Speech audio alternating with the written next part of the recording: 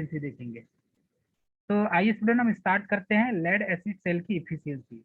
Lead acid cell की efficiency क्या क्या होती है, तो उसकी इफिशियंसी को ज्ञात करने के लिए, सेल की इफिशियंसी को ज्ञात करने के लिए सबसे ज्यादा हम देखेंगे इसका जो फार्मूला होता है, सेल इफिशियंसी ऑफ सेल, या ये कह सकते हैं दूसरे शब्दों में, ये जो लेड एसिड सेल है स्टूडेंट, इसका यूज कहाँ करते हैं हम? कार की बैटरी में यूज करते हैं। लेड एसिड सेल का जो यूज किया जाता है वो कार की बैटरी में यूज करते हैं, और इसकी जो कैपेसिटी होती है वो एम्पियर हावर में होती है स्टूडेंट। तो यदि आपको बैटरी की कैपेसिटी पूछा जाए, बैटरी क्या होता है? The group of cell battery कहलाता है student. The group of cell battery कहलाता है। तो ये जो एम्पियर हावर कैपेसिटी किसकी होती है? बैटरी की होती है। और ये जो कार में जो बैटरी यूज की जाती है स्टूडेंट, वो 30 to 60 एम्पियर हावर की होती है, मतलब 30 से 60 एम्पियर हावर की होती है। तो 30 से 60 एम्पियर हावर की जो बैटरी की इफिशियंसी होती है, वो होती है एम्पियर हावर में स्टूडेंट। और यहाँ पर कार में जो हम बैटरी यूज करते हैं वो 30 to 60 एम्पियर हावर की होती है। ठीक है, तो एच की जो बैटरी है वो 30 to 60 आवर होती है। ट्रक में जो यूज किए जाते हैं उसकी कैपेसिटी जो होती है वो होती है 100 to 150, मतलब 100 से 150 एम्पियर हावर की होती है। जो हम ट्रक में बड़ी बड़ी बैटरी यूज करते हैं स्टूडेंट, तो वो बैटरी जो होती है वो लेड एसिड बैटरी ही कहलाती है। ठीक है, तो इसकी जो कैपेसिटी होती है वो एम्पियर हावर में और 100 से 150 एम्पियर हावर की होती है। चलिए स्टूडेंट हम स्टार्ट करेंगे इफिशियंसी ऑफ सेल। तो सेल की जो क्षमता है या दक्षता जो होती है स्टूडेंट, दक्षता, ये कैसे निकालते हैं हम ये देखेंगे। तो सेल की जो दक्षता होती है या इफिशियंसी जो होती है वो एक तो एम्पियर हावर में और दूसरी होती है वाट हावर में। तो एम्पियर हावर में कब होती है और वाट हावर में कब होती है, ये इसके फार्मूले देखेंगे स्टूडेंट। तो सेल की जो इफिशियंसी है वो वाट हावर में और दूसरा एम्पियर हावर में। तो ये इनकी जो इफिशियंसी ज्ञात करने में, यदि आपको एम्पियर हावर की इफिशियंसी ज्ञात करना है, मतलब कि एम्पियर हावर ज्ञात करना है सेल का, तो हमें क्या करना पड़ेगा स्टूडेंट? सेल के इफिशियंसी ज्ञात करने के लिए इसका एक फार्मूला है, और इस फार्मूले में वैल्यू को पुट करेंगे, मान रखेंगे, और हम इस तरह जो सेल की इफिशियंसी या बैटरी की जो इफिशियंसी है, तो बैटरी की इफिशियंसी निकालेंगे स्टूडेंट। तो सबसे पहले तो एक एक सेल की इफिशियंसी निकालेंगे हम। तो उसका जो फार्मूला है स्टूडेंट वो परसेंटेज में होता है इफिशियंसी, इसको ईटा से शो करते हैं।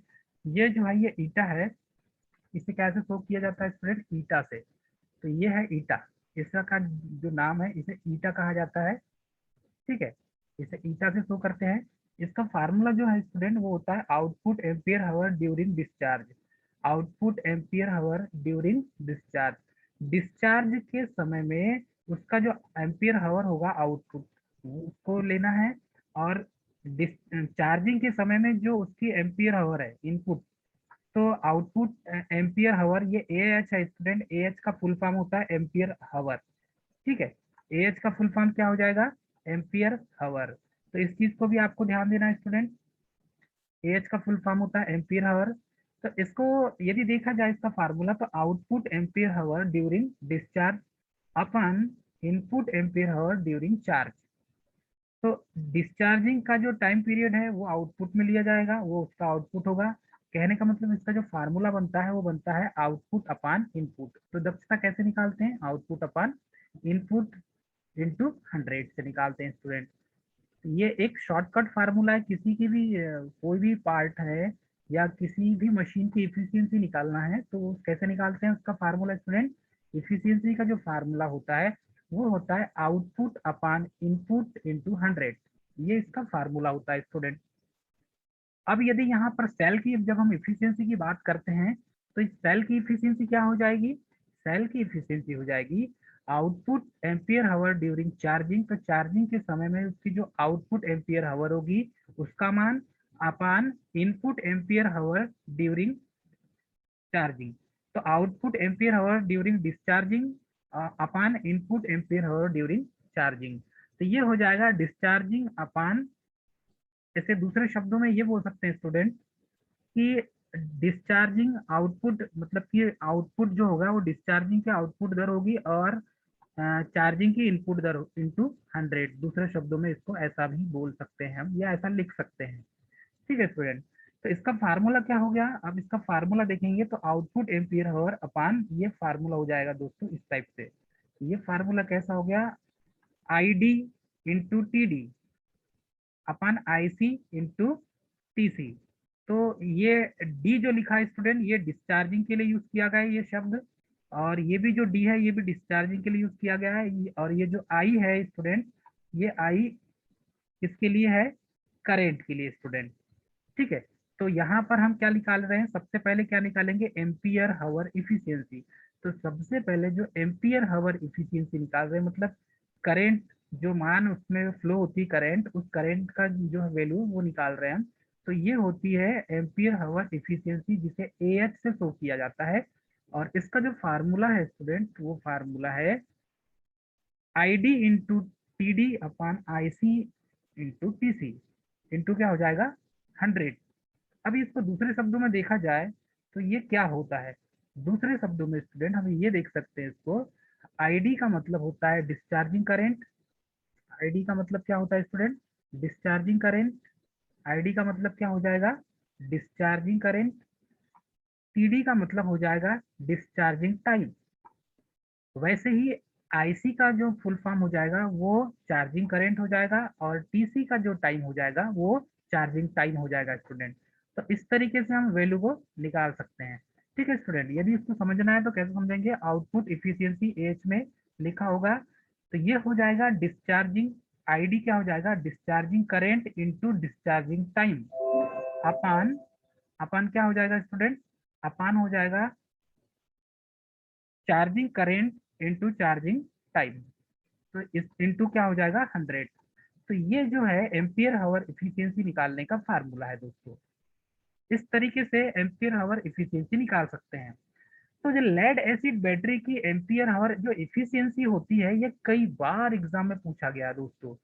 तो ये कितनी होती है, तो एग्जाम में कई बार पूछा गया है। तो ये एम्पियर हावर इफिशियंसी होती है 90 टू 95%। कितनी होती है स्टूडेंट, 90 टू 95% सभी को याद रखना है। कॉपी पेन लेकर बैठिए और इसे नोट कीजिए। मैं सभी स्टूडेंट से वही कहना चाहूंगा कि कॉपी पेन लेकर बैठिए। लेड एसिड बैटरी की एम्पियर हावर इफिशियंसी कितनी होती है, तो लेड एसिड बैटरी की एम्पियर हावर इफिशियंसी होती है 90 से 95%। ये मोस्ट इंपॉर्टेंट पॉइंट है, इसे याद रखना है आप सभी को। बैटरी की एम्पियर निकाला है क्या? तो ठीक है, यहाँ पर खुद लिखा हुआ है लेड एसिड बैटरी की एम्पियर हावर इफिशियंसी 90 से 95% होती है। ठीक है स्टूडेंट, इतना आपको समझ में आ गया। आगे क्लियर करेंगे अब देखो, हमने एम्पियर आवर इफिशियंसी पहले निकाले थे। तो जो बैटरी है उसकी एम्पियर आवर इफिशियंसी कितनी निकली, 90 से 95%। ये फार्मूले का यूज किया हमने, और ये फार्मूले से उसका मान निकाले। इसमें आईडी और टीडी आईसी अपान टीसी क्या है, आईडी डिस्चार्जिंग करंट है, टीडी डिस्चार्जिंग टाइम है, आईसी चार्जिंग करंट है, और टीसी चार्जिंग टाइम है स्टूडेंट। और इसकी एम्पियर और इफिशियंसी होती है 90 से 95%। अब देखेंगे हम वाट हावर इफिशियंसी। तो वाट हावर इफिशियंसी कैसे निकालते हैं ये देखेंगे दोस्तों। देखिए दोस्तों, अभी हमने एम्पियर हावर इफिशियंसी निकाला, उसका फार्मूला, और अभी वाट हावर इफिशियंसी का फार्मूला देखेंगे तो वो आपको मिलता जुलता ही मिलेगा। ठीक है दोस्तों, तो हम आगे बढ़ते हैं। आगे बढ़ेंगे, देखेंगे हम वाट हावर इफिशियंसी। तो वाट हावर इफिशियंसी का फार्मूला क्या होता है, जैसे हमने एम्पियर आवर इफिशियंसी का फार्मूला देखा था, वैसे ही सेम वाट आवर इफिशियंसी का भी फार्मूला होता है दोस्तों। तो सेल की वाट आवर इफिशियंसी निकालने का फार्मूला क्या है, तो एज अ सेम जैसे एम्पियर आवर इफिशियंसी का फार्मूला हमने देखा था, वैसे ही वाट आवर इफिशियंसी का भी फार्मूला होता है। तो इसमें जो इफिशियंसी जो निकाला जाता है उसको इफिशियंसी को शो किया जाता है, दक्षता जो निकाला जाता है। तो दक्षता को कैसे निकालते हैं दोस्तों, दक्षता निकालने का जो फार्मूला है वो फार्मूला सेम जैसे कि एम्पियर आवर इफिशियंसी निकाले थे हमने, वैसा ही वाट आवर इफिशियंसी भी निकालेंगे। तो इसका फार्मूला जो बनता है स्टूडेंट, वो होता है output ampere hour, A H जो लिखा है इसको कहते हैं ampere hour. Output ampere hour during discharging upon input ampere hour during charging. ठीक है स्टूडेंट, तो यहाँ पर आउटपुट एम्पियर हावर ड्यूरिंग डिस्चार्जिंग, तो ये डिस्चार्जिंग का हो टाइम पीरियड होगा। वैसे ही यहाँ पर इनपुट एम्पियर हावर ड्यूरिंग चार्जिंग, तो ये चार्जिंग का होगा और ये डिस्चार्जिंग का होगा। इनटू में हो जाएगा स्टूडेंट एवरेज वोल्टेज डिस्चार्जिंग। तो डिस्चार्जिंग का जो एवरेज वोल्टेज होगा, एवरेज वोल्टेज ड्यूरिंग डिस्चार्जिंग, तो डिस्चार्जिंग का जो एवरेज वोल्टेज होगा स्टूडेंट, उसको लिखा जाएगा upon average voltage during charging into क्या हो जाएगा दोस्तों 100, इनटू क्या हो जाएगा उसके बाद 100 लिखना बहुत जरूरी है। ये फार्मूला भी एग्जाम में पूछा जाता है दोस्तों। तो अब इसको, यदि ये तो इंग्लिश में लिखा है, हिंदी में कैसे समझेंगे इसे हम ये देख लेते हैं। ये जो है output ampere hour during discharging, तो डिस्चार्जिंग के समय इसकी जो करंट होगी, ठीक है, आउटपुट डिस्चार्जिंग के समय जो सेल की का जो आउटपुट होगा और चार्जिंग के समय सेल का इनपुट। तो चार्जिंग के समय में सेल का इनपुट और डिस्चार्जिंग के समय में सेल का आउटपुट, ये दोनों जो स्टूडेंट दिख रहे हैं आपको, ये फार्मूला का निर्माण करते हैं। और इसमें एवरेज जो वोल्टेज है वो डिस्चार्जिंग का एवरेज वोल्टेज और चार्जिंग का एवरेज वोल्टेज। तो यहाँ पर ये वोल्टेज हो गया और यहाँ पर जो हमने लिए वो एम्पियर हावर लिया स्टूडेंट, यहाँ पर एम्पियर हावर लिए। तो अब इसको दूसरे शब्दों में कैसा लिखेंगे, V को वोल्टेज रिप्रेजेंट करते हैं, I करंट है और T क्या है इसमें टाइम है। तो देखिए यहाँ पर V, I और T लिखा हुआ है, ये है V, ये I और ये T स्टूडेंट। अब इसको दूसरे शब्दों में हम यदि समझें, शॉर्टकट में जब फार्मूले को लिखा जाता है तो शॉर्टकट में जैसा लिखा जाता है, अब ये इतना लंबा चौड़ा फार्मूला है, इसको हमें शॉर्टकट में लिखना है दोस्तों। तो शॉर्टकट में लिखने के लिए हमें क्या करना पड़ेगा, इसको न्यूमेरिकल तरीके से लिखना पड़ेगा। तो ये VD जो है वो डिस्चार्जिंग वोल्टेज है, ID डिस्चार्जिंग करंट और TD डिस्चार्जिंग टाइम। ये हो गया टाइम, ठीक है स्टूडेंट। TD क्या हो जाएगा डिस्चार्जिंग टाइम, ID हो जाएगा डिस्चार्जिंग करंट और VD हो जाएगा डिस्चार्जिंग वोल्टेज। VD क्या हो जाएगा स्टूडेंट डिस्चार्जिंग वोल्टेज हो जाएगा। तो VD डिस्चार्जिंग वोल्टेज हो जाएगा, इसको कहेंगे डिस्चार्जिंग वोल्टेज, डिस्चार्जिंग वोल्टेज अपान हो जाएगा VC IC इंटू TC। तो ये हो जाएगा चार्जिंग वोल्टेज, चार्जिंग करंट और चार्जिंग टाइम। इसीलिए दोस्तों V को वोल्टेज से रिप्रेजेंट किया गया, I को करंट से और T को टाइम के लिए। तो ये हो जाएगा पूर्णतः, यदि इसका फार्मूला देखें तो इसका फार्मूला ये है स्टूडेंट कि VD into ID into TD, तो V, I और T इन तीनों का कॉम्बिनेशन होगा कब, जब वाट आवर इफिशियंसी निकालेंगे। तो क्योंकि वाट आवर इफिशियंसी निकालेंगे तो इसमें क्या निकाल रहे हैं हम, पावर। तो पावर P इक्वल क्या होता है VI, और यहाँ जब इफिशियंसी निकाल रहे हैं तो T भी हो जाएगा। जैसे कि यदि आप एनर्जी का फार्मूला देखेंगे, वाट के डब्ल्यू एच जब निकालेंगे आप, के डब्ल्यू एच जब निकालते हैं तो ये V इंटू आई इंटू टी अपान क्या हो जाता है 1000 से गुणा भाग हो जाता है स्टूडेंट। जैसे पावर उसको निकाला जाता है, यदि आपको के डब्ल्यू एच निकालना है, किलोवाट आवर निकालना है, जब निकालते हैं स्टूडेंट उसमें ये ऐसे ही फार्मूले को यूज किया जाता है। तो उसमें जो फार्मूला यूज किया जाता है वो होता है V इंटू आई इंटू टी अपान 1000। ये यूनिट निकालने का फार्मूला है, यूनिट निकालने का फार्मूला है। तो as a same formula student इसमें भी यूज किया जाता है दोस्तों। देखो इसमें क्या है, V into D into I, ठीक है, V D into I D into T D upon V C into T C into I C into क्या हो जाएगा 100। अब दूसरे शब्दों में ये बोले, जैसे हमने देखा था एम्पियर आवर एफिशिएंसी सेल का, वैसे ही लेड एसिड बैटरी की जो एम्पियर आवर इफिशियंसी होती है स्टूडेंट, वो होती है 72 से 80%, ये कम होती है। लेड एसिड बैटरी की जो इफिशियंसी होती है, वाट आवर इफिशियंसी, ये कम होती है स्टूडेंट। लेकिन ये तो वाट आवर इफिशियंसी हो गई, तो इसको ये बोल सकते हैं हम दूसरे शब्दों में कि वाट आवर इफिशियंसी कम होती है, ठीक है, वाट आवर इफिशियंसी जिसे डब्ल्यू एच कहते हैं। ये कम होती है, लेकिन एम्पियर आवर इफिशियंसी क्या होती है, ज्यादा होती है स्टूडेंट। एम्पियर आवर इफिशियंसी ज्यादा होती है दोस्तों।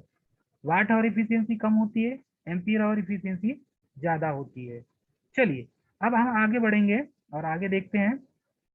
जब हम आगे देखेंगे तो हमें ये पता चलेगा कि यदि इसका अनुपात निकाला जाए, ए एच और डब्ल्यू एच मतलब एम्पियर और इफिशियंसी और वाट और इफिशियंसी, यदि इसका निकाला जाए तो उसका मान कितना निकलता है। तो दोस्तों हम ये देखेंगे कि यदि इसका अनुपात निकाला जाए तो ये होता है, वाट आवर जो इफिशियंसी वो 80% होता है, मैक्सिमम 80%, और एम्पियर आवर इफिशियंसी जो है वो 95% है दोस्तों। तो अब इसको देखेंगे दूसरे शब्दों में, शॉर्टकट में, फार्मूले के रूप में। तो एम्पियर आवर इफिशियंसी ये होती है 95%, वाट आवर इफिशियंसी होती है 80%। अब यदि इसको हम दूसरे शब्दों में ऐसा लिख सकते हैं कि इफिशियंसी जो है, ampere hour efficiency, ampere hour efficiency is greater than watt hour efficiency.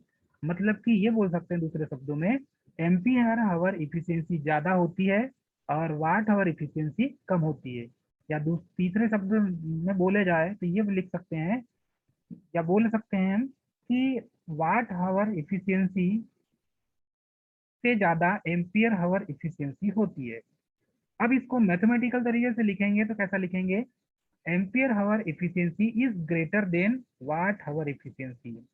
दूसरे शब्दों में क्या लिखेंगे इसको, watt hour efficiency is less than ampere hour efficiency. तो दोस्तों एम्पियर हावर इफिशियंसी हमेशा मैक्सिमम होती है, मतलब कि अधिक होती है। ये पॉइंट को भी हमें नोट करना है, सभी स्टूडेंट को नोट करना है। ठीक है स्टूडेंट, इतना आप सभी को आई होप समझ में आ गया होगा। अब आगे बढ़ते हैं हम और देखेंगे, हम आगे बढ़ेंगे। Indication of fuel charge lead acid cell, ये क्या क्या इंडिकेशन करता है, क्या क्या प्रदर्शित करता है दोस्तों। तो ये जो लेड एसिड सेल है, इसको देखेंगे दोस्तों हम, ये क्या क्या प्रदर्शित करता है, ऐसी कौन कौन सी चीज है जिसकी और हमें ध्यान देना पड़ेगा या हमें ध्यान देना चाहिए। तो सबसे पहले है terminal voltage, lead acid cell का टर्मिनल वोल्टेज। अब हम देखेंगे कि ये लेड एसिड सेल जो है इसका टर्मिनल वोल्टेज कैसा है। तो टर्मिनल वोल्टेज कैसे ज्ञात करते हैं ये भी देखेंगे।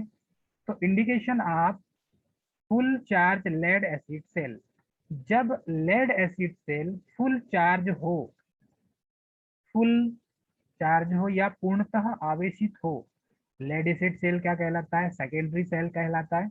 और जब ये पूर्णतः चार्ज हो तब ये क्या इंडिकेट करेगा, क्या प्रदर्शित करेगा। तो फुल चार्ज की अवस्था में उसका जो टर्मिनल वोल्टेज होगा दोस्तों वो 2.1 वोल्ट होगा। कितना होगा, एक सेल में वोल्टेज कितना होगा, 2.1 वोल्ट। प्रत्येक सेल में 2.1 वोल्ट होगा। अब हमें मालूम है 2.2 वोल्ट प्रत्येक सेल का होता है, लेकिन यहाँ प्रदर्शित कितना हो रहा है दोस्तों, यहाँ पर हो रहा है 2.1 वोल्ट। तो हमने पढ़ा था इसका जो इंटरनल रेजिस्टेंस है वो कितना होता है, 0.01 ओम। ये इंटरनल रेजिस्टेंस के कारण क्या करता है स्टूडेंट, 0.1 वोल्ट जो है वो ड्रॉप कर देता है। इन दोनों के बीच का जो अंतर है 0.1 वोल्ट, ये 0.1 वोल्ट ड्रॉप होने के कारण ही इसके टर्मिनल में जो वोल्टेज मिलता है दोस्तों वो मिलता है 2.1 वोल्ट।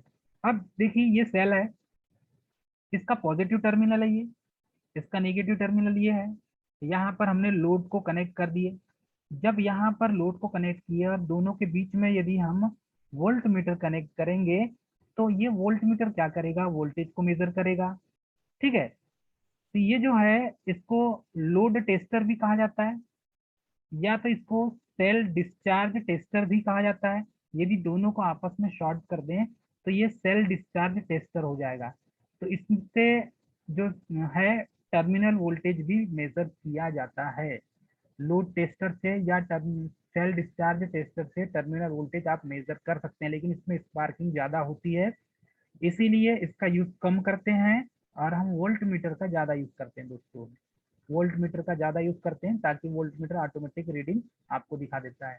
ठीक है, इसमें जो वोल्ट मीटर यूज करेंगे वो मूविंग कॉइल टाइप का यूज करेंगे। हम वोल्ट मीटर कौन सा यूज करेंगे? मूविंग कॉइल, क्योंकि बैटरी से हमें क्या मिलता है? DC source. ये डीसी सोर्स है, डीसी सप्लाई मिलता है हमें बैटरी से। तो इस चीजों को भी याद रखना है स्टूडेंट, डीसी सप्लाई मिलता है हमें। ठीक है, अब आज आगे देखेंगे स्टूडेंट, ये जो टर्मिनल वोल्टेज है, ये फुल चार्ज में टर्मिनल वोल्टेज कितना दिखा रहा है? 2.1 volt. Most important point exam में पूछा जाता है कि फुल चार्जिंग की अवस्था में डीसी जो है लेड एसिड सेल, उसका टर्मिनल वोल्टेज कितना होता है? तो उसका टर्मिनल वोल्टेज होता है 2.1 वोल्ट। ठीक है दोस्तों, टर्मिनल वोल्टेज मेजर करना क्यों जरूरी है और किसके द्वारा उसको मेजर करना जरूरी है? तो ये या तो आप लोड टेस्टर से मेजरमेंट कर सकते हैं या वोल्ट मीटर से मेजर कर सकते हैं टर्मिनल वोल्टेज कितना है। तो वोल्टेज चेक करना है तो वोल्ट मीटर का यूज करिए आप, वोल्ट मीटर का। या फिर आप किसका यूज कर सकते हैं? लोड टेस्टर का भी यूज कर सकते हैं टर्मिनल वोल्टेज ज्ञात करने के लिए। अब देखेंगे इसकी स्पेसिफिक डेंसिटी या स्पेसिफिक ग्रेविटी, कि स्पेसिफिक ग्रेविटी क्या होती है। तो स्पेसिफिक ग्रेविटी ज्ञात करने के लिए कुछ ऐसे इंस्ट्रूमेंट है जो यूज किए जाते हैं। तो आइए स्टूडेंट हम देखेंगे स्पेसिफिक ग्रेविटी। स्पेसिफिक ग्रेविटी क्या होता है? तो इसमें ये जो है स्पेसिफिक ग्रेविटी या स्पेसिफिक डेंसिटी, इसे मेजर करने के लिए सेल की स्पेसिफिक ग्रेविटी या स्पेसिफिक डेंसिटी जो है वो ज्ञात करने के लिए आपेक्षिक घनत्व जिसे कहा जाता है, यदि इसको हिंदी में कहा जाए तो ये हो जाएगा आपेक्षिक घनत्व दोस्तों। इसको क्या लिखेंगे हम? आपेक्षिक घनत्व। ये हो जाएगा आपेक्षिक घनत्व। आपेक्षिक घनत्व जो ज्ञात करते हैं या इसमें जो यूज करते हैं आपेक्षिक घनत्व मेजर करते हैं या ज्ञात करने के लिए हमें हाइड्रोमीटर का यूज किया जाता है। आपेक्षिक घनत्व, आपेक्षिक घनत्व ज्ञात करना है हमें, तो इसके लिए स्टूडेंट हम यूज करते हैं हाइड्रोमीटर का। तो ये है हाइड्रोमीटर। हाइड्रोमीटर से स्पेसिफिक ग्रेविटी ऑफ सेल, मतलब कि इलेक्ट्रोलाइट की स्पेसिफिक ग्रेविटी मतलब आपेक्षिक घनत्व हम ज्ञात कर सकते हैं दोस्तों। तो ये स्पेसिफिक डेंसिटी ज्ञात या स्पेसिफिक ग्रेविटी